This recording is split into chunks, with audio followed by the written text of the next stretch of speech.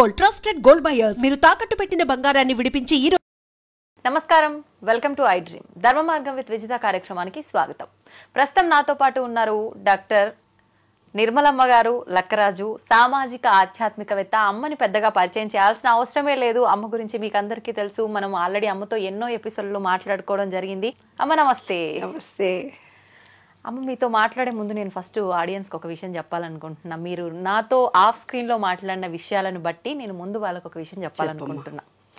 అయితే ఎవరైనా అమ్మతో మాట్లాడాలి అనుకుంటే గనక వాళ్ళ పర్సనల్ సమస్యల గురించి ప్లీజ్ దయచేసి అమ్మకి ఫోన్లు చేసి ఇబ్బంది పెట్టే ప్రయత్నం చేస్తే అమ్మ అసలు ఆన్ స్క్రీన్కి రావటము, షూట్లు ఇవ్వటమే మానేస్తా అని చెప్తున్నారు. అందుకని చెప్పి ఎవరైనా ఏదైనా సమస్యలు ఉంటే వీడియో కింద కామెంట్ రూపంలో కనుక తెలియజేస్తే దానికి సంబంధించిన ఆ సొల్యూషన్ అనేది అమ్మతో మాట్లాడి ఒక వీడియో రూపంలో మీ అందరికీ అందించడం అనేది జరుగుతుంది. అందుకే దయచేసి మీరందరూ కూడా ఏదైనా సమస్య ఉంటే కామెంట్ చేయండి, కానీ అమ్మకు ఫోన్ చేసి ఇబ్బంది చేసే ప్రయత్నం మాత్రం చెయ్యొద్దు ప్లీజ్. ఇది నా తరఫున రిక్వెస్ట్. అవునా, నేను ఏంటంటే ఫ్రీ సర్వీస్ చేశాను 45 ఏళ్ళుగా. మెంటల్లీ రిటార్డెడ్ 35 years చేశాను. కౌన్సిలింగ్ చేశాను. హైకోర్టులో 10 years లోక్ అదాలత్ మెంబర్ని, రంగారెడ్డి కోర్టులో 4 years, ఇలా 45 years సర్వీస్ చేశాను. ఒక 10 ఏళ్ళ నుంచే నేను ప్రశాంతంగా విశ్వంతో మాట్లాడుతూ విశ్వంతో మంచిగా హ్యాపీగా ఎంజాయ్ చేస్తున్నాను. కాబట్టి నా ప్రైవసీ ఈ చివరి క్షణాలు మంచి ఆనందంగా సంతోషంగా ఉండాలని రెండుగా ఉంది. స్త్రీ పురుషుడు రెండూ కలిసి ఉన్నాయి. కానీ మేల్కు ఈగో ఎక్కువ. పుట్టుకతోటే ఒక గడ్డి ముక్కనట, గడ్డినట, నువ్వు మొగ అనగానే అది గడ్డి నిలబడి ఉంటుందట. స్త్రీ అంటే నేను పడుకొని ఉంటుందట. అది జీన్స్లోనే ఉంది నాన్న. ఇంకొకటి ఏంటంటే మన హిందూ సంప్రదాయం ప్రకారము ఆడది అంటే అణగదొక్కబడినటువంటి భావనలు. అరే మగపిల్లగాడ నువ్వు కంచెం ఆడబడి చెల్లెలొచ్చి కడుగుతుంది, ఏందే మొగరాయిలాగా బయటకు పోతున్నావు సాయంత్రం 5 నాడు ఇంట్లోకి అంటే వాడేమో రాత్రి 11కి వచ్చినా ఏమన్నారు. ఈ పిల్లను మాత్రము ఏ స్వతంత్ర భావనతో బతకడము చిన్నప్పటి నుంచి అలవాటు చేస్తారు నాన్న. అలవాటు. ఇప్పుడు భార్యాభర్తలు అప్పటి కాలంలో అంటే ఆడవాళ్ళు బయటికి వెళ్ళేవాళ్ళు గారు. ఇప్పుడు మరి ఉద్యోగాలు చేస్తూ ఆడవాళ్ళు బయట నుంచి వచ్చిన తర్వాత మొన్న ఒక అమ్మాయికి ఫోన్ చేసింది. She is a doctor. ఆమె ఉద్యోగం చేసి వస్తే వాళ్ళ అత్త మామనే ఉంటాడట. 6 నెలలు మొగుడు బయట ఉంటాడట. 6 నెలలు ఈ పుట్టింట్లో భార్యతో ఉంటాడంట. ఉండి అతను పోలీస్ ఆఫీసర్. వాడు అంటే ఏదో చెప్పకూడదు అంత పబ్లిక్గా కేసులు, వాళ్ళ జీవితాన్ని నేను బయటపెట్టడం భావ్యం కాదు. కానీ ఆ అమ్మాయి చెప్పుకొని ఏడ్చింది ఏంటి తెలిసినా, డాక్టర్గా ఉండి చాలా బీద ఫ్యామిలీలో ఏదో ఇట్లా పెళ్లి జరిగింది కాబట్టి వాళ్ళ అత్తా మామనంట గిన్నెలు దోము అంటాడంట. కడిగిన గిన్నెలే మళ్ళీ కడగమంటారంట. ఆరేసిన బట్టలు మళ్ళీ నీళ్లలో పిండి ఆరే అంటాడంట. ఊడ్చిన ఇల్లును 3 సార్లు ఊడమంటాడట అత్తా మామ ఇద్దరు. సాయంత్రం రాగానే వంట చెయ్యి అంటారంట. అమ్మా, నా భర్తతో సుఖపడాలనుకున్నా నాకింత స్వతంత్రత ఉంది, నాకు మొగుడు కావాలి, ఇవన్నీ ఇంకెన్నాళ్ళు భరించాలని ఎక్కెక్కేడ్చింది. నేను తిట్టాను, మొగుడు నిడిచిపెట్టి పోవే హ్యాపీగా, నువ్వు థాట్ చేంజ్ చేసుకో. కానీ ఆ అమ్మాయి చెప్పడం ఏంటి తెలిసిన, నాకు అతనే కావాలి, నాకు అతనితోటే జీవితం గడపాలని ఉంది. అంటే మానసికంగా ఆ అమ్మాయిని ఎమోషనలైజ్ చేసి వదిలిపెట్టాడు అబ్బాయి. అది శారీరక బలహీన మహిళ కాబట్టి అతను బ్లాక్మెయిల్ చేస్తున్నాడు అమ్మాయిని. ఆ అమ్మాయి వెళ్ళలేదు, ఇక్కడ అతనితోటే ఉండాలని తాపత్రయపడుతుంది. వాళ్ళు ఎన్ని కష్టాలు పడ్డా, డాక్టర్ అయినా ఇంజనీర్, మాకు తెలిసిన డాక్టర్లు ఎంతోమంది సూసైడ్ చేసుకొని చనిపోయారు. ఎందుకంటే మేలు ఈగోను టాలరేట్ చేయలేక, ఎందుకంటే ఈమె టాలెంట్ను అతను యాక్సెప్ట్ చేయడు కాబట్టి. ఇంకొక కొన్ని కేసులు ఎలా ఉంటాయో తెలుసు నాన్న, శారీరకంగా కొంత ఏజ్ తర్వాత ఇప్పుడున్న సాఫ్ట్వేర్ రంగంలో మొగతనం అనేది ఉండదు. వాడికి పెళ్ళాం కావాలనే కోరికలు చచ్చిపోతున్నాయి, వీర్యకణాలు నశించిపోతున్నాయి మగవాళ్ళకు, ల్యాప్టాప్ల వల్ల, వేడి వల్ల, వాటర్ డెఫిషియన్సీ వల్ల. నేను యూఎస్ వెళ్ళినప్పుడు ఎన్నో కేసులు నాన్న.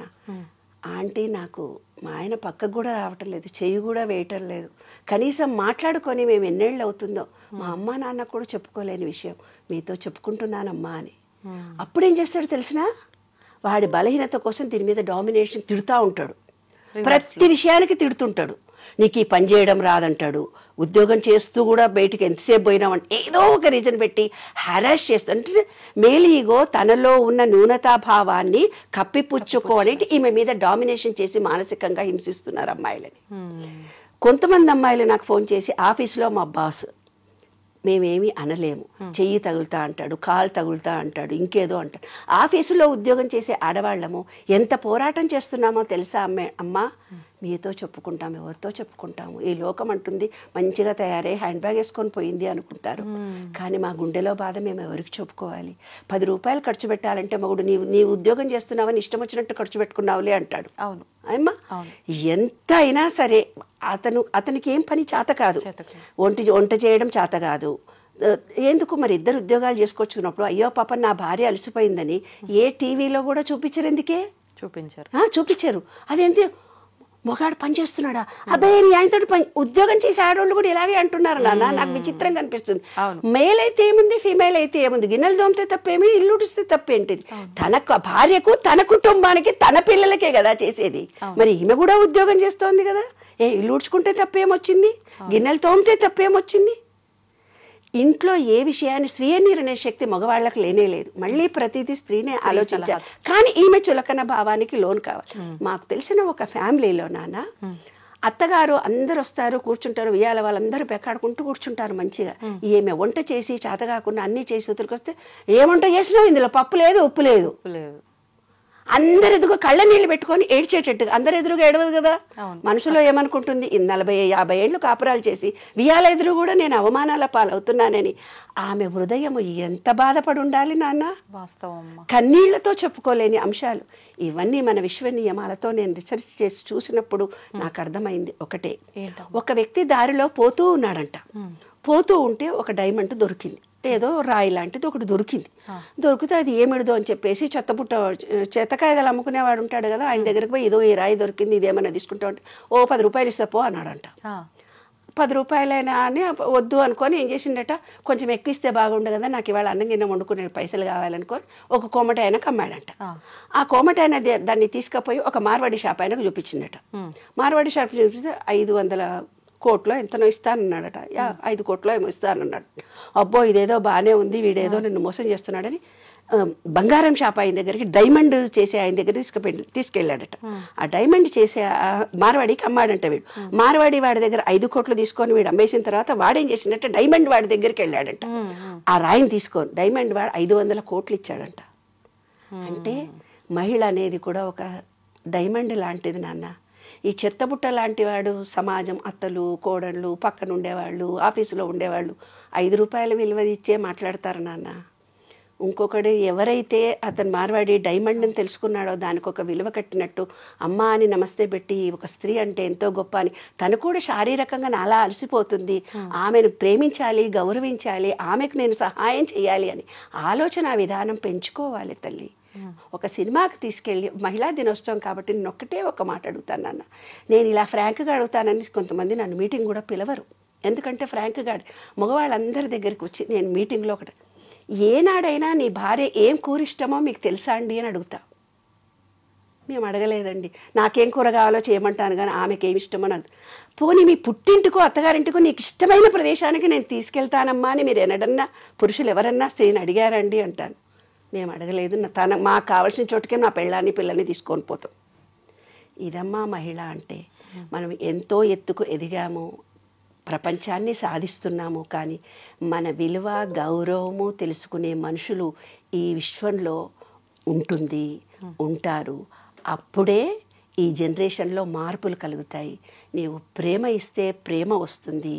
నేను ఒక స్టోరీలో కూడా ఇంతకు పూర్వమే వీడియోలో చెప్పాను, తండ్రి ఎలా భార్యను చూసుకుంటాడో వాళ్ళ పిల్లలు కూడా అలాంటి భర్తలే వస్తారు. నువ్వు హెరాస్ చేస్తే హెరాస్ చేస్తారు. నీ పెళ్ళానికి డైవర్స్ ఇచ్చేదాకా నీవు ఇబ్బంది కలిగిస్తే నీ బిడ్డలకు కూడా డైవర్స్ వస్తుంది. కాబట్టి ప్రతి పురుషుడికి ఈ విశ్వ నియమాల్లో మనం ఏమిస్తే చర్య ఈజ్ ఈక్వల్ టు మైనస్ ప్రతిచర్య. అప్పటి కాలంలో చెప్పేవాళ్ళు పూర్వజన్మలో ఎప్పుడో వస్తుందని. పూర్వజన్మలో రాదు, ఇంకోటి రాదు, కంపేర్ చేయకండి, ఈ జన్మ ఈ లోపటినే వస్తుంది. నాకు ఇప్పటికీ అర్థం కాలేదు. పోల్చుటెందుకు? చిన్నప్పటి నుంచి చూస్తున్నా, వాళ్ళని చూసి నేర్చుకో, వీళ్ళని చూసి నేర్చుకో, వీళ్ళలా ఉండు, వాళ్ళలా చదువు, వాళ్ళు అంతెత్తుకు ఎదిగారు, మనం ఎక్కడ ఉన్నాము, వాళ్ళ పిల్లలకు పెళ్ళిళ్ళు అయ్యాయి, మన పిల్లలకు పెళ్ళెప్పుడు, వాళ్ళ పిల్లలకు పిల్లలు పుట్టారు, మన పిల్లలకు పురుళ్ళెప్పుడు, మన పిల్లలకు యుఎస్ వెళ్ళారు, మన పిల్లలు ఎప్పుడు యుఎస్ వెళ్తారు, వాళ్ళ అమ్మా నాన్న చూడు, వాళ్ళ నాయనమ్మలని చూడు, వాళ్ళు ఎంత సంపాదించారో చూడు, వీళ్ళు ఇల్లు కట్టుకున్నారో చూడు. జీవితం అంతా ఒకళ్ళతో ఒకళ్ళు పోల్చుకోవటమేనా? వాడి పెళ్ళాం చూడు ఎంత బాగుంది, నీవేంటి, వాడు ఉద్యోగం చేస్తుంది, నీ ఉద్యోగం చేస్తే అలా అనొద్దు. అందుకనే నేను ఇవన్నీ చెప్తున్నా. జీవితం అంతా ఒకళ్ళతో ఒకళ్ళు పోల్చుకోవటమేనా? మనం మనలాగే పుట్టాము, మనం మనలాగే పెరుగుతాము, మనలో ఉండే తెలివితేటలే మనకు ఉంటాయి. మా చెల్లెళ్ళు చూసి నేర్చుకో, మా అమ్మని చూసి నేర్చుకో. ప్రతి భార్యని సతాయిస్తూ ఫోన్లు వస్తున్నాయి నాన్న. మనకుండే ప్రజ్ఞ మనలో ఉంటుంది, కానీ పోల్చడం ఎందుకు ఇప్పటికీ అర్థం కాలేదు నాకు. 5 చేతి వేళ్లే సరిగ్గా లేవు, ఒకదానికొకటే పొంతన లేదు, ఒక తల్లి పిల్లలము ఒకేలా కూడా లేము, మరి ఎందుకు పోల్చటం? వాడి పెళ్ళాన్ని చూడ ఎంత పనిచేసి వచ్చినా నీలాగా చేసిందా? వాడి బిడ్డలు చూసినావా ఎట్లా చేసిందా ఆమె? అత్తలు కూడా ఇట్లే అంటారు, ఆడపడుచులు కూడా ఇట్లే అంటారు, ఆడోళ్ళే ఇట్లా అంటారు. మరి ఎందుకు పోల్చడం? వారిలాగానే నీ ఉండు, వారిని చూసి నేర్చుకో. మన బుద్ధులు ఒకరిని చూసి నేర్చుకుంటే వచ్చేవా? నువ్వు మారావా? నువ్వు మొగాడిలాగే ఉన్నావు, మరి ఆమె మారాలని నువ్వు ఎలా కోరుకుంటున్నావు? తప్పు కదా. అది విశ్వం చూస్తుంది అనమాట. పుట్టుకతో వచ్చిన బుద్ధులు పుడకలతోటే పోతాయి అంటారు, అయినా పోలుస్తూనే ఉంటారు. వారు 100 ఏళ్ళు బ్రతికారు, వీళ్ళు 90 ఏళ్ళు బ్రతికారు.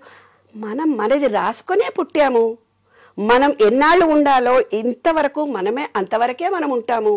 కొన్ని తెలివితేటలు మనకు ప్రత్యేకంగా వచ్చాయి, అయినా ప్రతిసారి పోల్చుటెందుకు? నాకు ఇప్పటికీ అర్థం కాలేదు. పోల్చుటెందుకో మనిషికి. ఎప్పటికీ నీవు నీవే, నీ ప్రజ్ఞ నీదే. అమ్మాయి, ప్రతి మహిళ తెలుసుకోవాల్సిన అంశం ఇది. ఎప్పటికీ నీవు నీవే, నీలో ప్రజ్ఞ, శక్తి అన్నీ నీవే. విశ్వంలో మహిళవమ్మ నీవు. ఎప్పటికీ నీవు నీవే, నీ ప్రజ్ఞ నీదే. ఎప్పుడూ నీకు పోల్చుకోకు ఇతరులతో. నీ ప్రజ్ఞని నీవు కోల్పోకు. నీకు నీవే అధికారివి, నీకు నీవే ప్రజ్ఞాకారివి. ఎప్పటికీ నువ్వు ప్రజ్ఞాకారివి. మహిళ లేకుంటే ఈ విశ్వమే లేదు. మహిళలు ఇప్పుడు మగపిల్లలకు ఆడపిల్లలు దొరకట్లేదు నాన్న. ఆ రోజుల్లో మేము ఆడపిల్లల పట్టుకొని సంబంధాలు కావాలని తండ్రులు తిరిగేవాళ్ళు. వాళ్ళ మగపిల్లలు తిరుగుతున్నారంటే ఎంత హెరాస్ చేసి ఉంటారు ఆడపిల్లల్ని. అందుకే ఆడపిల్లల పుట్టుకలు తగ్గిపోయాయి కదా. కాబట్టి ఈ విశ్వంలో ప్రతి పురుషుడు, ప్రతి స్త్రీ తెలుసుకోవాల్సిన అంశం ఏంటంటే, ప్రేమ ఇస్తే ప్రేమ వస్తుంది. భయంతో జీవితం గడపకండి, ప్రేమించండి సంపూర్తిగా. ఆ ప్రేమను మీరు పొందండి. ఎవరిని హెరాస్ చేసినా ఈ జీవితంలో ఇప్పుడే మనం అనుభవించాల్సి వస్తుంది. స్త్రీ పురుషులు ఇద్దరూ సమానమే, రాత్రి పగలులాగా, రాగద్వేషాల్లాగా, అన్న తమ్ముల్లాగా. నేను గొప్ప అంటే నేను గొప్ప అంటూ ఏవీ లేవు. ఇద్దరూ సమానంగా ఉద్యోగాలు, ఇద్దరూ బాధ్యతలు పంచుకోండి. నేను మగాడినని కాలు మీద కాలు వేసుకొని టీవీ చూస్తూ, సెల్ ఫోన్ చూస్తూ కూర్చోకు. రోజు గంట సేపు 10 నిమిషాలు భార్యతో పక్కన కూర్చొని మాట్లాడు నాన్న. అంతకంటే ఎక్కువ స్త్రీ కోరుకునేది ఏంటి? మా కాలంలో అనేవాళ్ళు, ఒక పువ్వులు తీసుకొని వచ్చి పెళ్ళానికన్నా ఇవ్వరా అని. అట్లా సెల్ ఫోన్ చూడకుండా కూర్చొని భార్య పక్కన కూర్చొని కబుర్లు చెప్పండి. Sharing your ideas. నీవు ప్రేమతో ఆమెతో షేర్ చేసుకోండి. కమ్యూనికేషన్ ఇద్దరికీ పెరుగుతుంది. సంసారం ఆనందంగా, సంతోషంగా ఉంటుందమ్మా. ఇదే విశ్వనియమం. మొన్న ఒక వీడియో చూసామ్మా, మీరు అన్నట్టు కూర్చొని మాట్లాడుకోండి అన్నారు కదా. మాట్లాడుకునే రోజులు తగ్గిపోయి మొబైల్కి అంకితం అయిపోయిన రోజులు ఎక్కువగా ఉన్నాయి కదా. హస్బెండ్ ఫోన్ చూస్తూ కూర్చున్నాడు, వైఫ్ వచ్చి, ఏజ్డ్ వాళ్ళే, వైఫ్ వచ్చి ఏదో మాట్లాడినా కూడా పట్టించుకోకుండా అదే పనిగా ఫోన్ చూసుకుంటూ కూర్చున్నాడు. ఆవిడొచ్చి సైలెంట్గా చేయబట్టుకొని తీసుకెళ్ళి సెల్ ఫోన్కి పసుపు కొమ్ము కట్టిపిస్తుంది ఆయనతోటి. అంటే ఇంకా నీకు పెళ్ళాం ఎందుకురా, మొబైల్ మంచి పని చేసింది. వాళ్ళ కొడుకు సేమ్ అదే పని చేస్తున్నాడు పక్కన కూర్చొని. వాళ్ళ కోడలు కూడా అత్త చేసిన పని చేయాలా అన్నట్టుగా ఒక చూపు చూస్తుంది అనమాట.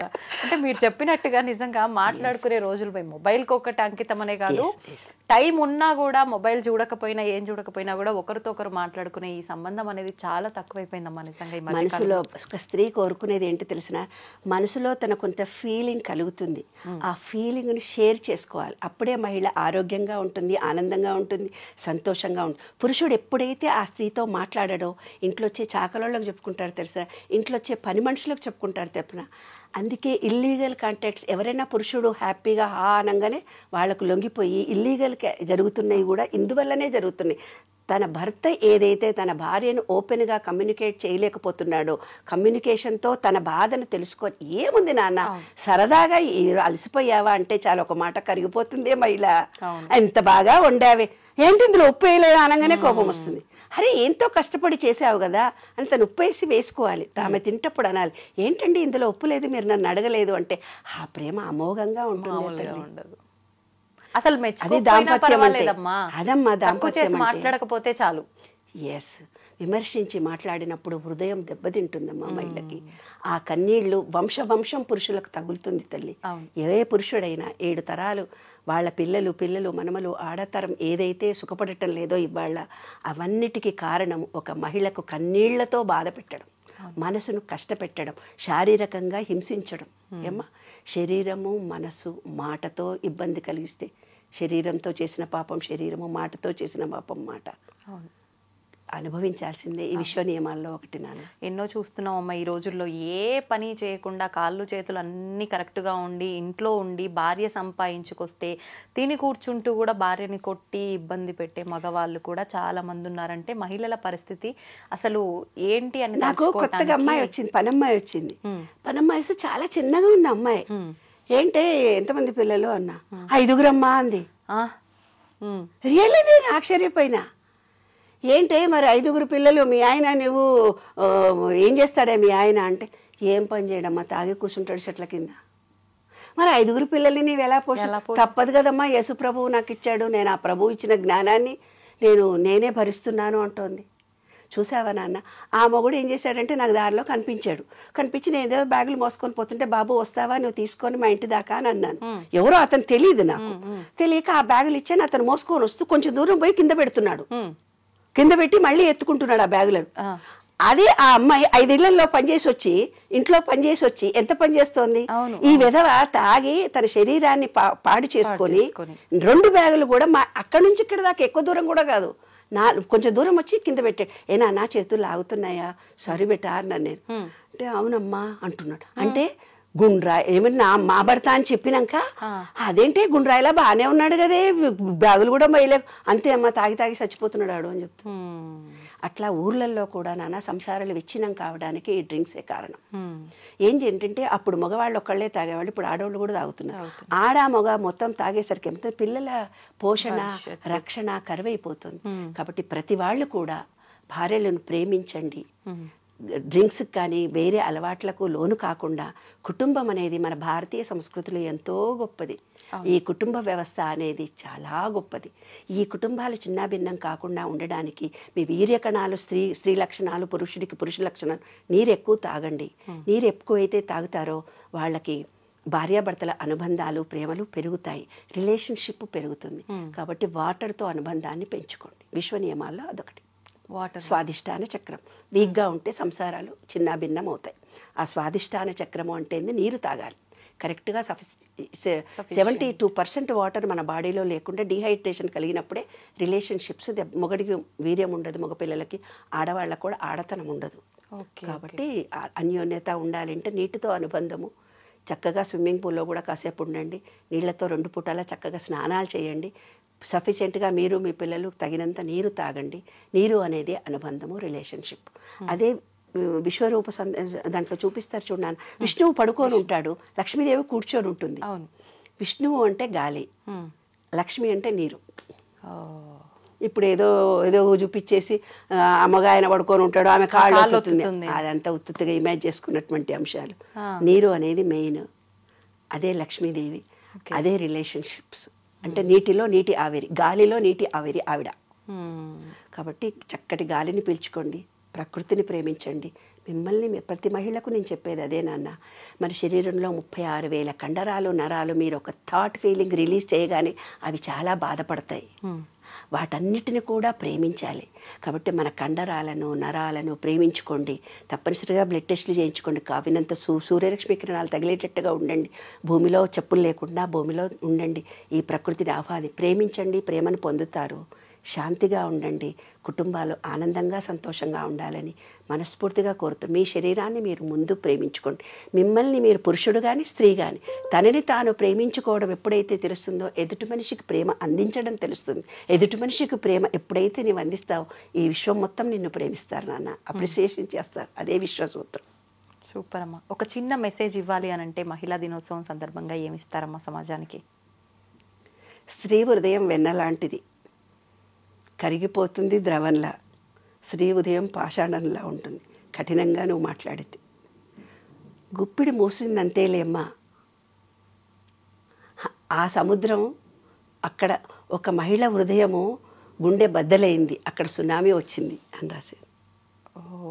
ఈ విశ్వంలో ఒక్క మహిళలు బాధపడుతూ ఉంటే అక్కడ సునామీలు వస్తాయంట. అంత గొప్ప శక్తిమంతురాలమ్మ మహిళ అంటే. అమ్మవారి స్వరూపం మహిళ. స్త్రీలను గౌరవించాలి, ప్రేమించాలి. ఆడపిల్లలే మహాలక్ష్మీదేవులు. పాజిటివ్ ఎనర్జీ తల్లి. మగవాడంటే నెగటివ్నే, స్త్రీనే పాజిటివ్. కాబట్టి ప్రతి స్త్రీ ఆనందంగా సంతోషంగా ఉండాలి ఎప్పుడు. నిజంగా చాలా మంచి మాట చెప్పారమ్మా. కానీ ప్రస్తుతం ఆడపిల్ల లేనిది, అసలు ఆడ మనిషి లేనిదే అసలు ఈ సృష్టే లేదు. అట్లాంటిది ఆడపిల్ల అని తెలియగానే ఎంతోమంది వద్దు అనుకోవడం ఏంటమ్మా, ఓట్లగిం చేస్తారు మా ఊర్లలో అయితే. అయ్యో, ఓట్లగిం చేసి చంపేస్తారు. ఆడపిల్ల పుట్టిన ఆడే ఓట్లగిం చేతురే అని నేను పాటలు రాశాను. ఆడపిల్ల పుట్టిందని కడుపులు దించేసి వస్తారు. ఎందుకంటే ఈ రోజుల్లో టెక్నాలజీ పెరిగిపోయింది కాబట్టి. అందుకే ఎవరికి మగాళ్ళకి ఆడపిల్లలు దొరకట్లేదు. ఒక స్త్రీ సంతానాన్ని మీరు ఎప్పుడైతే హత్య చేస్తారో ఇంకా తర్వాత తరాల వాళ్ళందరికీ ఆడపిల్లలతో హింసించబడతారు. ఆ వంశమంతా స్త్రీ శాపం ఉంటుంది. పసిబిడ్డ 3 నెలల కడుపుని తీసేసినా కూడా అది బాధపడుతుంది. అది కూడా హత్యనే. ఏ రకంగా చేసినా హత్యనే. చెట్ల కింద పడేసినానంటారు, ఇంకెక్కడో పడేసినామంటారు, పిల్లల్ని వదిలిపెట్టిపోతున్నారు. ఇవన్నీ ప్రకృతికి విరుద్ధంగా జరుగుతున్న అంశాలు. కాబట్టి మనకు ఏదైతే భగవంతుడు ఇచ్చాడో అది మన కోసమే ఇచ్చాడు, దాన్ని యాక్సెప్ట్ చేయాలి. కొంతమంది ఫోన్ చేసి మాకు చాలా కష్టాలు, నేను ఎక్కెక్కి ఏడుస్తారు. భర్త చనిపోయాడని ఏడుస్తుంటారు, యాక్సిడెంట్లైనా ఏడుస్తుంటారు, డబ్బు లేదని ఏడుస్తుంటారు. ఎన్నో రకాలైన సమస్యలతో ఉన్నది ఈ ప్రపంచమంతా. అందరూ ఏదైతే నీకు ఇచ్చాడో దాన్ని యాక్సెప్ట్ చేస్తే ఇంకో మంచి జరుగుతుంది నాన్న. దాని నుంచి పారిపోవాలని ప్రయత్నం చేస్తున్నాము, దాని నుంచి తప్పించుకోవాలని చేస్తున్నాము. అది విశ్వ నియమంలో ఒక రూల్. యాక్సెప్ట్ చేయాలి. ఆ బిడ్డ పుట్టిన తర్వాత బతుకుతుందో పోతుందో, అది ఎలా జీవిస్తుందో మనకు తెలియదు. దాని అదృష్టం వల్ల మన ఇంట్లో కాలు పెడితే ఏమన్నా కలిసి కూడా రావచ్చు, మనం చెప్పలేం కదా. విశ్వం ఏదో నీకు నేర్పడానికి వస్తే నువ్వు ఉల్టా చేసావు, ఆ పాపంగా నువ్వు మిగిలిపోయావు. పాపం అంటుకుంటుందమ్మా. నిజంగా వాస్తవం అమ్మ. మీరు చెప్పిన మాటలన్నీ కూడా కళ్ళకు కట్టినట్టుగా. అంటే మనం ఇంటి పక్కన వాళ్ళదో, ఇంట్లో పని చేసే వాళ్ళదో, ఇరుగు పొరుగు ఎవరిదో ఒకరిది చూస్తూ ఉంటాం ఇలాంటి స్టోరీస్ కదా. కళ్ళకు కట్టినట్టుగా కనిపిస్తున్నాయి మీరు మాట్లాడుతుంటే. ప్రతి ఒక్కటి కూడా వాస్తవం కదా అన్నట్టుగా. నిజంగా ఈ మాటల ద్వారా అన్న కనీసం ఒక్కరిలో అన్న మార్పు వస్తే నిజంగా దానికి మించిన సంతోషకరం ఇంకొకటి ఉండదమ్మా. అదే అనుకుంటున్నా. ప్రతి మహిళ ఆనందంగా సంతోషంగా ఉండాలి. పురుషుడు తప్పు చేయకుండా ఉండగలగాలి. తన భార్యను, తన బిడ్డలని, తన తల్లిని అపురూపంగా ప్రేమించాలి. స్త్రీ సంతానం కలగడం అనేది భాగ్యంగా భావించాలి. ఎందుకంటే పురుషుడికి భార్య చనిపోతే వాడు పిచ్చోడైపోతాడు. అదే స్త్రీకి భర్త చనిపోయినా పిల్లల్ని పోషిస్తుంది. ఎన్ని చూస్తున్నారమ్మా, ఇన్ని సినిమాలు చూస్తున్నారు, కథలు చూస్తున్నారు. పురుషుడు అనేవాడు అసమర్థుడే, ఎప్పటికీ అసమర్థుడే. కానీ అతని తోడు లేకుంటే స్త్రీ అసమర్థురాలు. విషయం అది అమ్మా. కాబట్టి తప్పనిసరిగా ప్రతి స్త్రీకి ఒక పురుషుడి తోడు ఉండాలి, పురుషుడికి ఒక స్త్రీ తోడు ఉండాలి. శివుడు పార్వతులే అర్ధనారీశ్వర తత్వం అందుకే చూపించారు. అరే బాబు, ఒక స్త్రీ రా, ఇది పురుషుడు రా, నీలోని కూడా ఇద్దరున్నారా అని. సంతోషం అమ్మ, చాలా మంచి విషయాలు తెలియజేశారు. ధన్యవాదాలు. థ్యాంక్ యూ వెరీ మచ్ నాన్న. ఈ వీడియో చూసే ప్రతి ఒక్కళ్ళు కూడా మిమ్మల్ని మీరు ప్రేమించుకోండి. విశ్వంలో ప్రతి ఒక్కళ్ళని ప్రేమించండి. ఆడవాళ్ళని చులకనగా చూడకండి. ఆ వజ్రంలాగా ఉండే వాళ్ళని వజ్రము విలువ ఇచ్చినట్టయితే కనుక మీరు గొప్పవాళ్ళు అవుతారు. ఎందుకంటే ఆ వజ్రము విలువ తెలుసుకున్న మనిషి ఆమెతో అలా ప్రవర్తించి మాట్లాడతాడు. అదమ్మా జీవిత సత్యం. సూపర్ అమ్మా.